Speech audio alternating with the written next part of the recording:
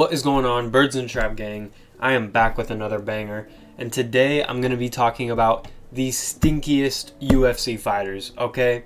In this video, I've picked out 7 of, in my opinion, the more notable and stinkiest fighters in the UFC, okay? And when I mean stinky, I mean they go out there and they stink it up. Whether it's a half-guard camp in the Apex, whether it's a half-guard camp in Madison Square Garden, or even just terrible low-level fights that we're going to be going over today. Guys, I think you will understand this video as we get into it. I think this one should be pretty funny. Let's go. Starting off with Deiveson Figueiredo.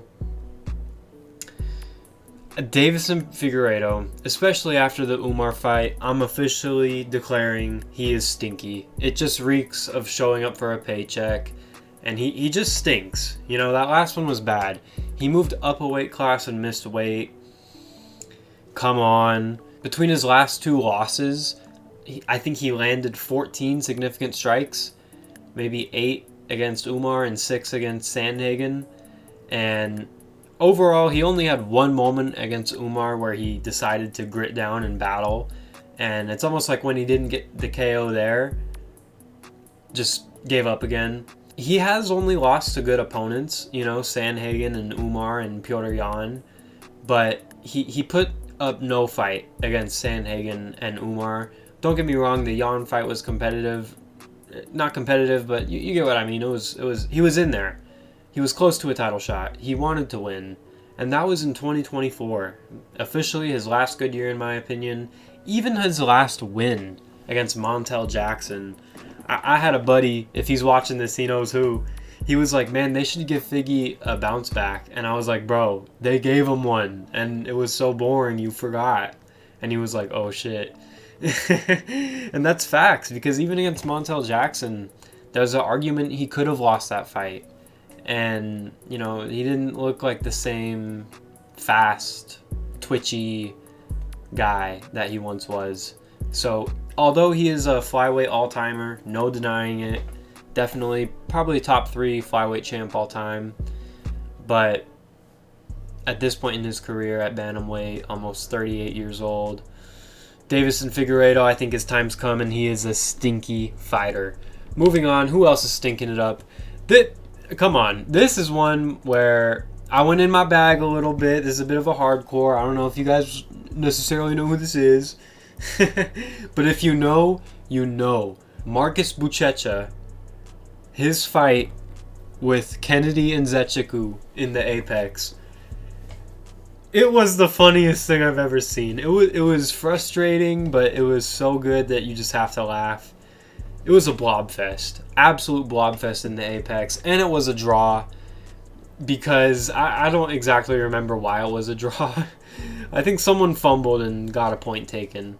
But Marcus Buchecha, I remember in this fight with Nzechukwu, every single thing where you're like, no, don't do that, he would just go out there and do it. And you're just like, every time. Guys, I beg, rewatch that fight. I might try and rewatch that fight tonight, now that I'm remembering it. Oh my god. Hilarious fight. But it was stinky. And before that, he had a very boring debut against Martin Buday. And Martin Buday, don't get me wrong, he's pretty good, but it was so stinky that even though Buday won, he got cut. I don't agree, but it is what it is. And he's going to keep blobbing it up in the Apex. I think he'll get a terrible fighter in his next one and win. And we're just going to see him every, maybe twice a year go blob it up somewhere with some heavyweight grappling, where he just pulls guard when he should strike and strikes when he should pull guard. That's the best way to describe his fight with Nzechukwu. Like I said, go watch that one back. It's hilarious if you haven't seen it. And with that being said, we're going to move on to the next stinker in the UFC. We got Patchy Mix. How's it not going to be Patchy Mix?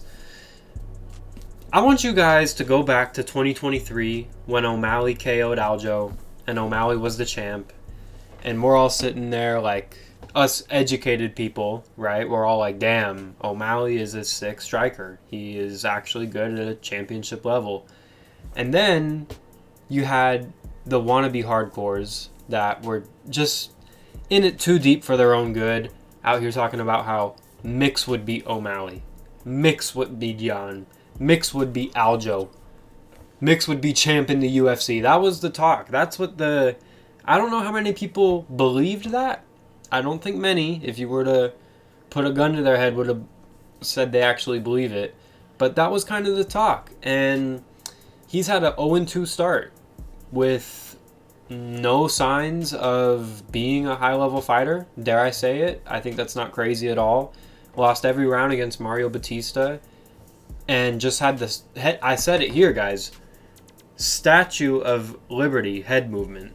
Like, he looked like the tin can. The tin can from... Oh my god, what's that movie?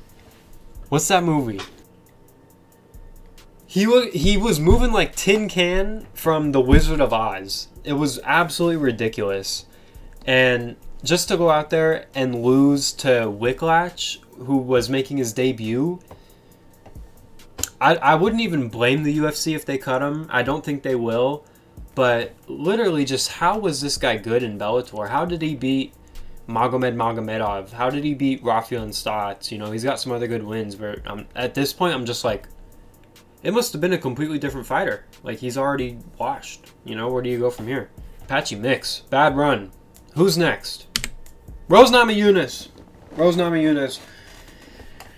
This would be a good point in the video to say that WMMA has been off the hook for a long time on my channel. I haven't talked about it in a minute, and I'm just going to say it.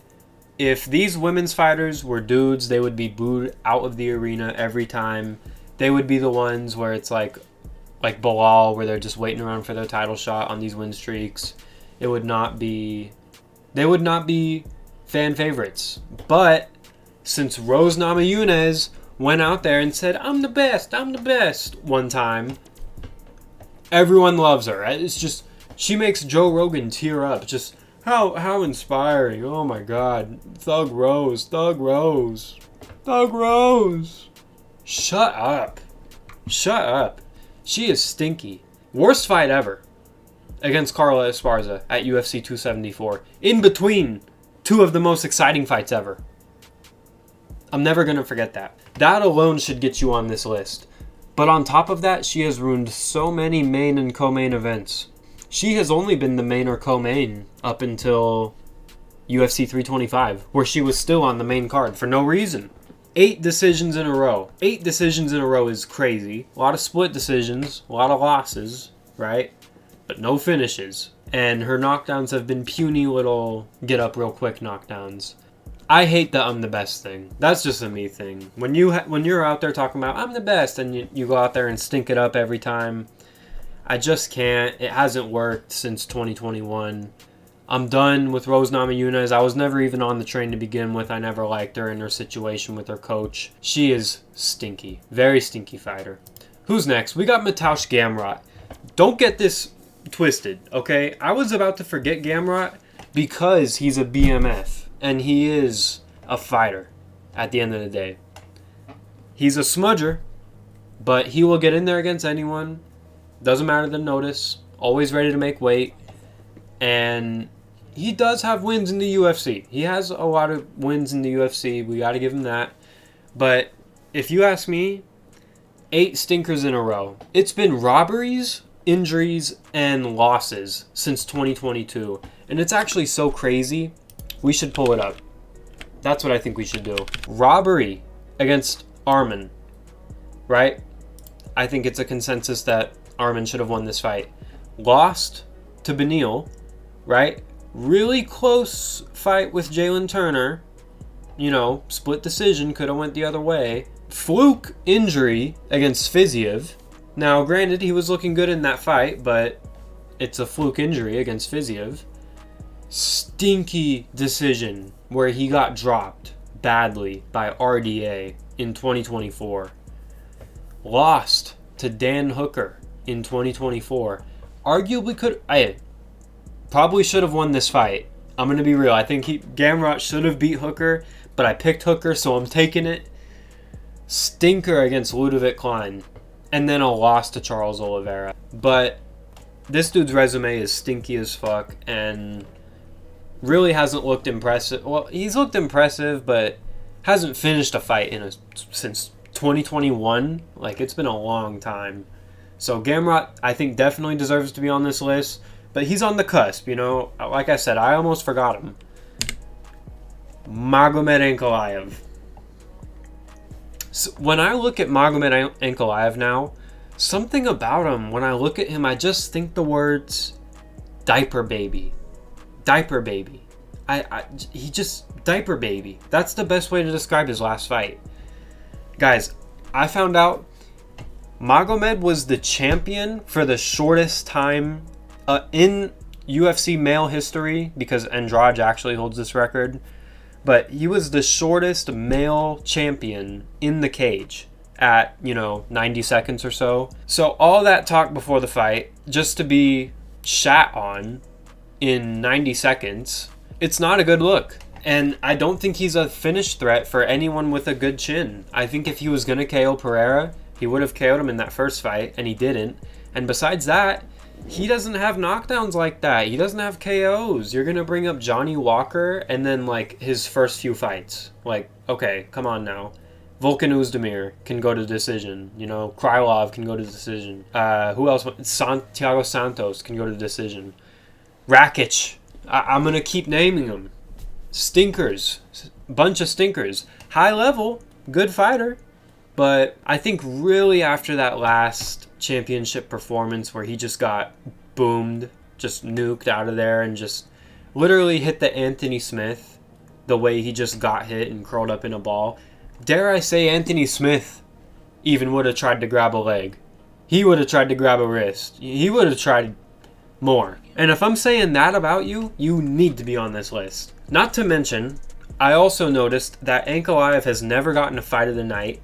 He has gotten performance of the night, but he usually either it's not close or it's super close, right? So I don't think he has any more aura. I don't think he has any more momentum. Yes, that shit matters. Don't tell me it doesn't. I think Yuri would beat him. I think Yuri's really the only guy that would beat him. But eventually they're going to fight, right? And Ankalaev, he's going to get that mustard. He's going to get that pepper in his face, and he's not going to like it. I'm telling you, he's going to fold again. Whether he'll actually go out on his shield a little bit more, maybe he'll let himself actually get dropped, unlike in the Pereira fight where he literally just got hit. How do you just get hit and just tip over? Tipping over like the tow trucks in cars when they go toe tipping, right?